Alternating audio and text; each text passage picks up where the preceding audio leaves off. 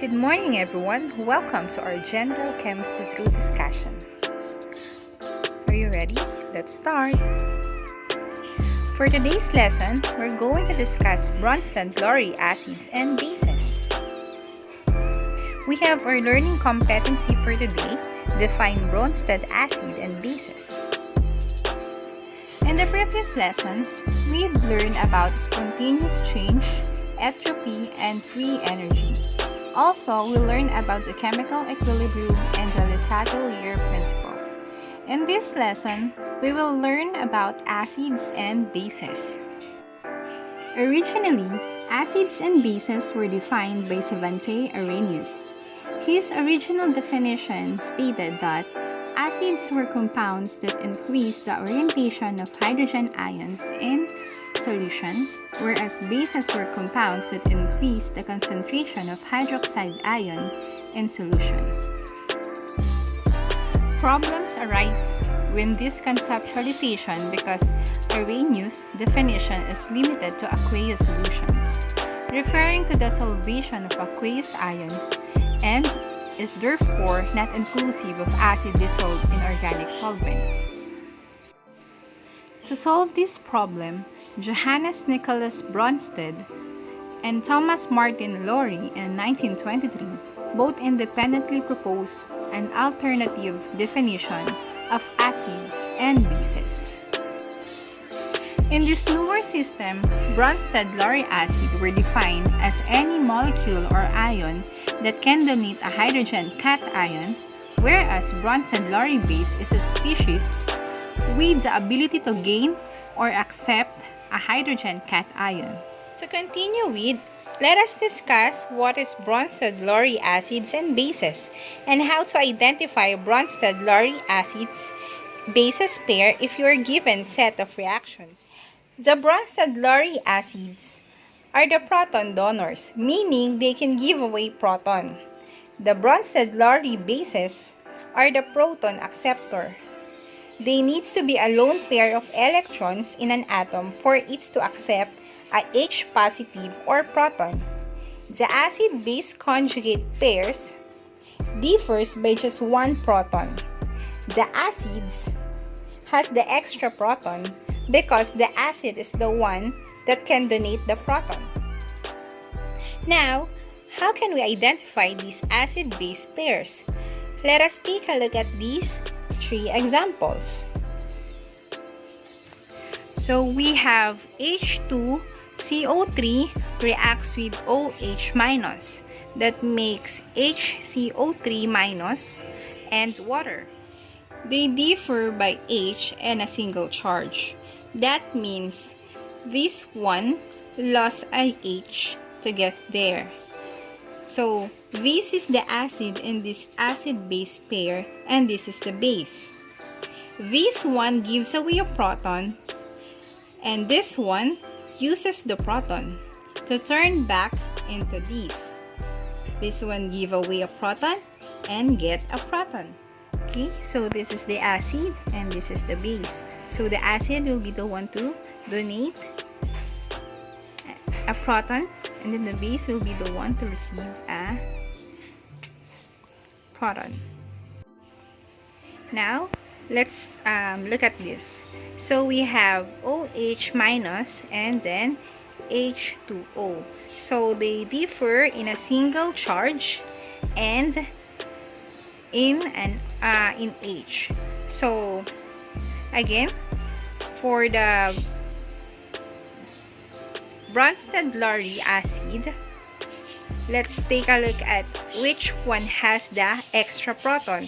So, between the two, the H2 has an extra proton. So, this will be the acid, and then this one will be the base because this one will be the one to receive the proton and uses the proton to turn back into this.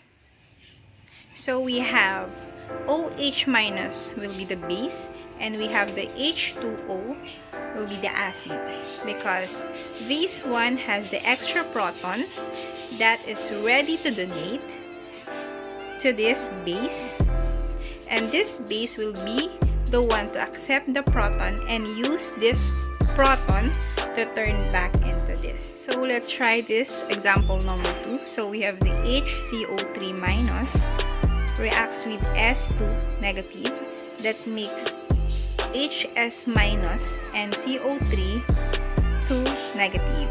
So let us look which of the chemicals has an extra proton and which has the less proton.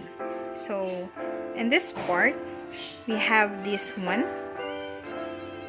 It has H, and this one doesn't have H. And this one has negative charge of 2, and this one doesn't have.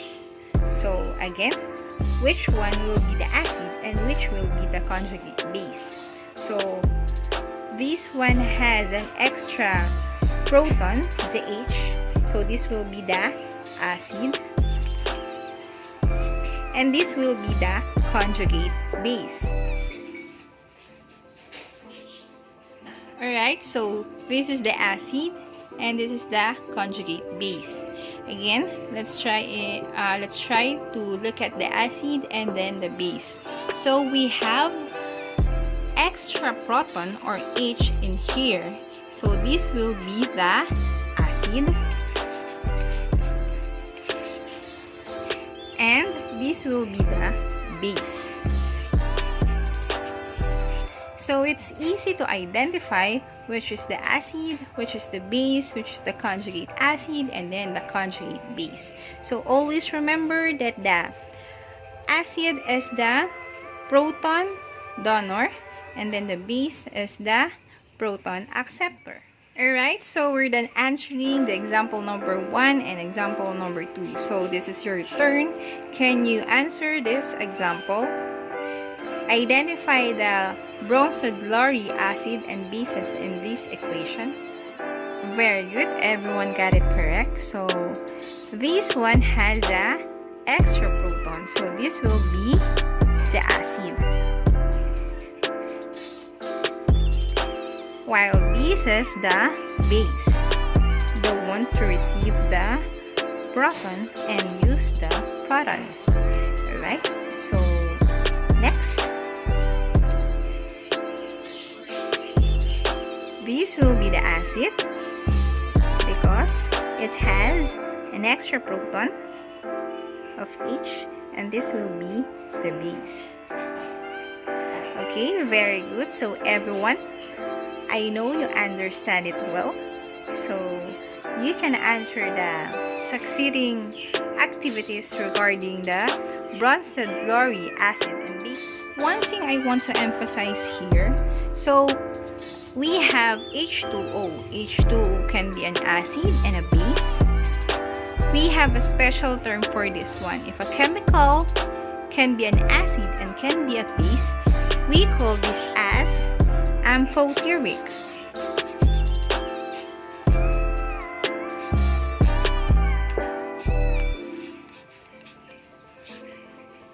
So amphoteric chemical can be an acid and can be a base. Okay, so aside from H2O to be an amphoteric chemical, we still have one in this example. So we have the HCO3 as an amphoteric because it can be an acid and it can be a base. That's the end of our discussion. I hope you learned a lot about Bronsted Lowry acid and bases. Thank you for watching. See you again next time.